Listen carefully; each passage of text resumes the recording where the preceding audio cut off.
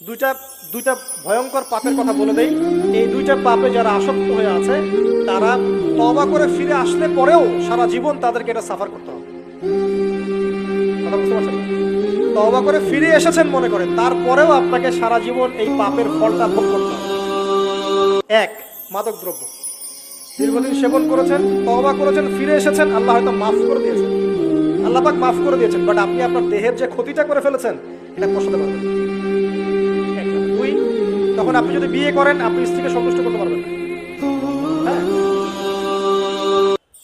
দুই নাম্বার হচ্ছে এই যে গোপনে যুবকরা যে পাপটা করে, মাস্টারবেশন, যেটাকে আমরা বলি হস্তমৈথুন, এই পাপ যেসব যুবকরা করছে বা করে এবং অ্যাভেলেবেল এই পাপটা সবাই করে, কারণ এখন পর্নের যুগ, পর্ন দেখলে তো আর কোনো উপায় নাই, তখন তো এই পথেই যেতে হচ্ছে, নিজের উপরে নিজেকে জুলুম করতে হচ্ছে।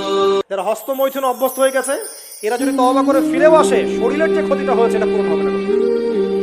এখানে আপনার দেহের ক্ষতি, আপনার মস্তিষ্কের ক্ষতি, আপনার পরিবারের ক্ষতি, এমন আপনি যদি পরবর্তীতে গিয়ে পরিবার গঠন করতে চান আপনি সুখী পরিবারও গঠন করতে পারবেন না, কারণ ভিতর থেকে আপনি নিজেকে শেষ করে ফেলবেন। গোপন পাপে লিপ্ত হবেন না, আপনি যৌবনকে ধরে রাখেন, ইনশাল্লাহ দেখবেন আপনি সারা জীবন এনজয় করতে পারবেন।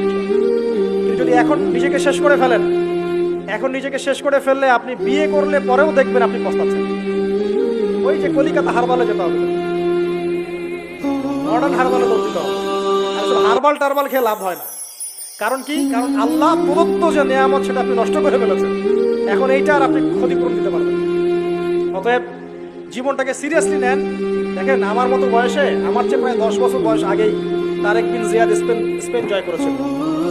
আমার যে বয়স এখন চলছে 30 পার হয়ে গেছে, এর চেয়ে আরো প্রায় 10 বছর আগে মোহাম্মদ বিন কাসিম এই সিন্ধু জয় করেছিল। এখন যে ইসলাম আপনি ভোগ করছেন এটা তাদের ফল, তাদের এই জিহাদের ফল। তো এখন আমাদের এই যে 20 বছর 30 বছরের যুব সমাজের দিকে তাকায় দেখেন, একবার তাকায় দেখেন, চেহারাগুলো একটু দেখেন, চেহারা দেখেন, এক একটা চেহারা দেখেন, চেহারায় নূর নাই, নষ্ট হয়ে গেছে, নামাজ নাই, চোখগুলো বসে যাচ্ছে, কারণ সারা রাত জেগে থাকছে। ওই যে টিকটক টিকটক টিকটক সারা রাত, হ্যাঁ সারা রাত ফোনে, সারা রাত গল্প গুজব।